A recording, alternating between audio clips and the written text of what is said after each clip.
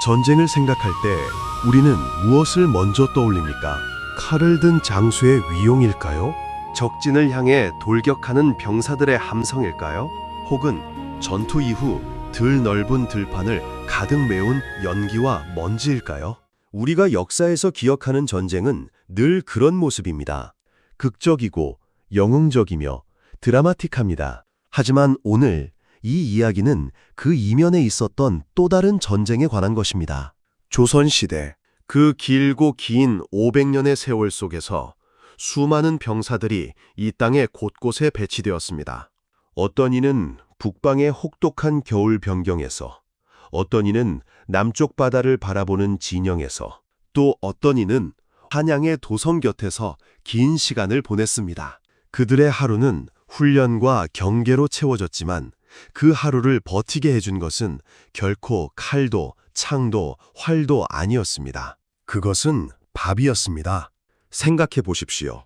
아무리 날카로운 칼도, 아무리 강인한 정신력도 굶주린 몸으로는 그 진가를 발휘할 수 없습니다. 사람이란 결국 먹어야 움직이는 존재이고 군대란 결국 먹어야 싸우는 조직입니다. 조선의 군사체계를 떠받치던 가장 원초적이고 근본적인 힘은 바로 이 단순한 진리에 있었습니다. 조선군 병사들에게 식사란 단순한 끼니가 아니었습니다. 그것은 전투력 그 자체였고 사기의 원천이었으며 생존의 조건이었습니다. 그러나 역사는 이 진실을 오랫동안 외면해왔습니다. 우리는 장군의 이름을 기억하고 전투의 날짜를 외우고 조약의 내용을 공부합니다. 하지만 그 모든 전쟁의 한편에서 불을 피우고 무거운 솥을 걸고 수백 명의 병사들을 위해 밥을 짓던 사람들의 이야기는 잊혀져 왔습니다. 오늘 우리가 조명하려는 것은 바로 그들입니다. 화병, 조선의 군대 취사병, 불을 다루는 병사들, 싸우는 군인들을 먹여 살리기 위해 자신의 모든 것을 바쳤던 역사의 뒤안길에 묻혀있던 그 이름들입니다. 이 이야기가 흥미로우시다면 구독과 좋아요 부탁드립니다. 임진왜란이 발발한 것은 선조 25년 1592년의 일입니다. 조선은 그야말로 거대한 파도에 휩쓸렸습니다. 왜군의 기세는 맹렬했고 조선의 방어선은 속절없이 무너져 내렸습니다. 하지만 이 전쟁에서 조선 병사들을 가장 먼저 쓰러뜨린 것은 왜군의 조총이나 장검만이 아니었습니다. 그보다 더 무서운 적이 있었습니다. 바로 굶주림이었습니다. 전란은 모든 것을 파괴합니다. 논과 밭이 짓밟히고 창고가 불에 타고 보급로가 끊깁니다. 병사들은 싸워야 했지만 그 전에 먹어야 했습니다. 그런데 먹을 것이 없었습니다. 선조 20년, 전쟁이 시작된 지 꼭 1년이 지난 시점의 기록은 그 참혹함을 생생하게 전합니다. 염장이 없어 병사와 말이 모두 피로하다고. 소금과 장이 없다는 것이 그게 무슨 대수냐고 생각할 수도 있습니다. 하지만 이것은 단순히 반찬이 없다는 이야기가 아닙니다. 기록은 명확하게 말합니다. 군사들의 음식에 염장이 없으면 사람이 피로해지고 기력이 떨어진다고. 더 나아가 평안도 지역에 기근이 들었을 때의 기록은 더욱 충격적인 사실을 전해줍니다.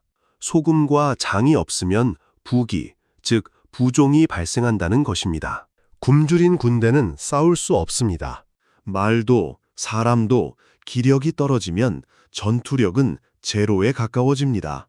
이 절실함이, 이 구체적인 필요가 조선의 군사체계를 변화시키기 시작했습니다. 그리고 그 변화의 중심에 화병이라는 존재가 탄생했습니다. 화병, 글자 그대로 풀이하면 불을 다루는 병사입니다. 하지만 이 이름이 조선의 역사 기록에 본격적으로 등장하게 된 데에는 특별한 배경이 있습니다. 그것은 임진왜란이라는 전쟁, 그리고 그 전쟁이 불러온 군사체계의 대변혁이었습니다. 임진왜란은 조선에게 엄청난 충격이었습니다. 조선은 생존을 위해 새로운 군사체계를 도입해야만 했습니다. 그래서 받아들인 것이 바로 절강병법이었습니다. 이 병법 체계는 군대의 편제와 운용에 대한 매우 세밀하고 체계적인 원칙을 담고 있었습니다. 그리고 그 안에는 군대가 제대로 싸우기 위해서는 제대로 먹어야 한다는 원칙이 포함되어 있었습니다.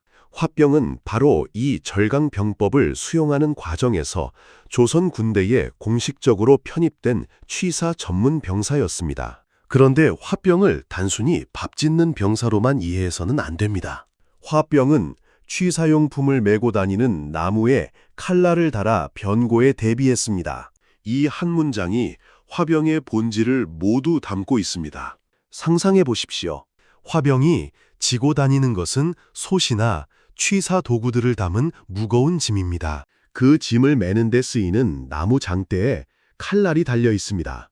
즉, 화병의 등짐 자체가 위급한 상황에서는 무기가 되었던 것입니다. 이것은 무엇을 의미합니까? 화병은 전쟁터에서 취사를 담당하면서도 동시에 언제든지 싸울 수 있는 전투원이기도 했다는 것입니다. 그들은 적이 갑자기 나타났을 때 솥을 내려놓고 칼을 들어야 했습니다. 밥을 짓다가도 전투가 벌어지면 전사가 되어야 했습니다. 더불어 흥미로운 점은 화병이라는 이름이 화약을 다루는 병사와 혼용되기도 했다는 사실입니다. 이것은 당시 조선 군대 내에서 화와 관련된 업무들이 얼마나 중요하고 광범위하게 인식되었는지를 보여줍니다. 불은 밥을 짓는 데도 필요하고 화약을 통해 전투력을 발휘하는 데도 필요합니다. 화병은 그 불의 모든 역할을 감당했던 사람들이었습니다. 이제 화병들은 전장으로 나섭니다. 등에는 무거운 취사 도구가 실려 있고 장대에는 칼날이 달려 있습니다. 그들의 앞에는 전쟁이 있고 그들의 뒤에는 굶주린 동료 병사들이 있습니다. 화병의 행군이 시작됩니다. 화병이 밥을 짓기 위해서는 먼저 재료가 필요합니다. 조선의 군사 조직은 이 문제를 해결하기 위한 체계적인 보급 시스템을 구축했습니다. 그 중심에 있던 것이 바로 남창입니다. 남창은 군영의 군량미를 비축하는 창고였습니다. 그러나 창고가 있다고 해서 문제가 해결되는 것은 아니었습니다. 창고에서 전장까지 혹은 진영까지 식량을 운반하는 것은 또 다른 도전이었습니다. 화병들은 취사 도구를 짊어지고 이동했습니다. 솥, 그릇, 취사에 필요한 각종 도구들, 거기에 식재료까지. 화병 한 명이 짊어야 할 짐의 무게는 상당했을 것입니다. 더구나 전쟁 중에는 보급로 자체가 불안정했습니다. 선조 26년에 염장이 없어 병사와 말이 모두 피로하다는 기록은 단순히 소금과 장이 없다는 사실을 전하는 것이 아닙니다. 그것은 보급 시스템의 붕괴를, 그리고 그 붕괴가 전투력에 미치는 직접적인 영향을 증언하는 것입니다. 모든 험난한 여정에는 발견의 순간이 있습니다. 조선의 군사 체계가 공식적으로 인정하고 체계화한 것이 있었습니다. 그것은 두 가지였습니다. 하나는 장의 절대적인 중요성이었고, 다른 하나는 군사들에 대한 특별한 보상, 바로 소고기였습니다. 먼저 장에 대해 이야기해 보겠습니다.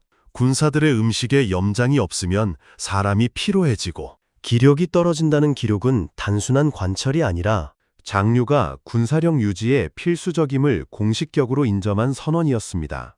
그렇다면 조선은 이 인식을 어떻게 실천으로 옮겼을까요?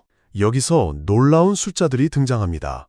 총융청은 경기 지역의 군사를 관할하던 군영입니다. 이 총융청은 무려 175.14km, 즉 970섬에 달하는 장을 저장하고 있었습니다. 그리고 이 장은 훈련도감창 군기고에 봉해두었습니다. 군기고, 무기를 보관하는 창고입니다. 장을 무기와 같은 공간에 무기와 동등한 수준의 엄중함으로 보관했다는 것입니다. 이것은 조선이 장류를 군사적 자원으로 공식적으로 분류하고 관리했음을 명백하게 보여줍니다. 그리고 더욱 세밀하고 흥미로운 기록이 있습니다. 남한산성의 이야기입니다. 그 남한산성에는 690개의 장항아리가 있었습니다. 690개의 장항아리. 이것을 눈앞에 그려봅십시오. 크고 무거운 항아리 690개가 늘어서 있는 모습을. 그리고 이 항아리들의 장을 유지하기 위해 매년 2.7kl, 즉 15섬씩 장을 새로 담갔습니다. 이 기록들은 조선이 장류를 얼마나 체계적으로 비축하고 관리했는지를 보여줍니다. 진영의 어딘가에서 불빛이 흔들립니다. 화병들이 불을 지폈습니다. 남창에서 공수해온 군량미가 솥에서 끓고 있습니다. 군기고에서 꺼내온 장이 풀립니다. 연기가 피어오릅니다. 화병들의 전쟁은 이미 절반이 끝났습니다. 밥이 완성되는 순간을 생각해 보십시오.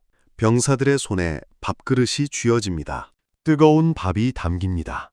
그리고 그 옆에 장이 놓입니다. 이 순간의 의미를 과소평가하지 마십시오. 전장에서 먹는 따뜻한 밥 한 그릇. 그것은 살아있다는 확인이었고 내일도 싸울 수 있다는 힘이었으며 자신을 챙겨주는 누군가가 있다는 위안이었습니다. 그리고 특별한 날에는 호궤가 있었습니다. 왕의 행차를 수행하고 돌아온 군병들에게 소고기가 내려집니다. 우금령으로 인해 평소에는 꿈도 꾸지 못할 귀한 고기입니다. 그 한 점의 소고기는 단순한 고기 이상의 무언가였을 것입니다. 그것은 왕이, 나라가 자신들의 고생을 기억하고 있다는 증거였습니다. 임진왜란 중 절강병법의 수용으로 조선의 군사체계에 공식적으로 편입된 화병, 취사 도구를 매는 장대에 칼날을 달아 언제든 전사가 될 준비를 했던 그들. 이 존재가 우리에게 남긴 것은 무엇일까요? 군대를 먹이는 것이 곧 군대를 강하게 하는 것이며 그것이 곧 나라를 지키는 것이라는 깊은 이해. 화병은 그 이해의 가장 최전선에 있었던 존재들입니다. 그 모든 전투의 배후에서 솥을 걸고 장을 풀고 밥을 지었던 사람들. 그들이 없었다면 우리가 기억하는 그 전투들 자체가 불가능했을 것입니다. 조선의 화병대, 불을 다룬 전사들, 밥으로 전쟁을 지탱한 사람들. 그들의 이름은 역사의 기록에서 희미하지만 그들이 만든 밥 한 그릇의 무게는 어느 장군의 건보다 결코 가볍지 않았습니다. 어쩌면 더 무거웠을지도 모릅니다. 왜냐하면 그 밥 한 그릇이 있었기에 그 검들이 전장에서 번쩍일 수 있었으니까요. 오늘 영상이 유익하셨다면 구독과 좋아요 부탁드리겠습니다. 감사합니다.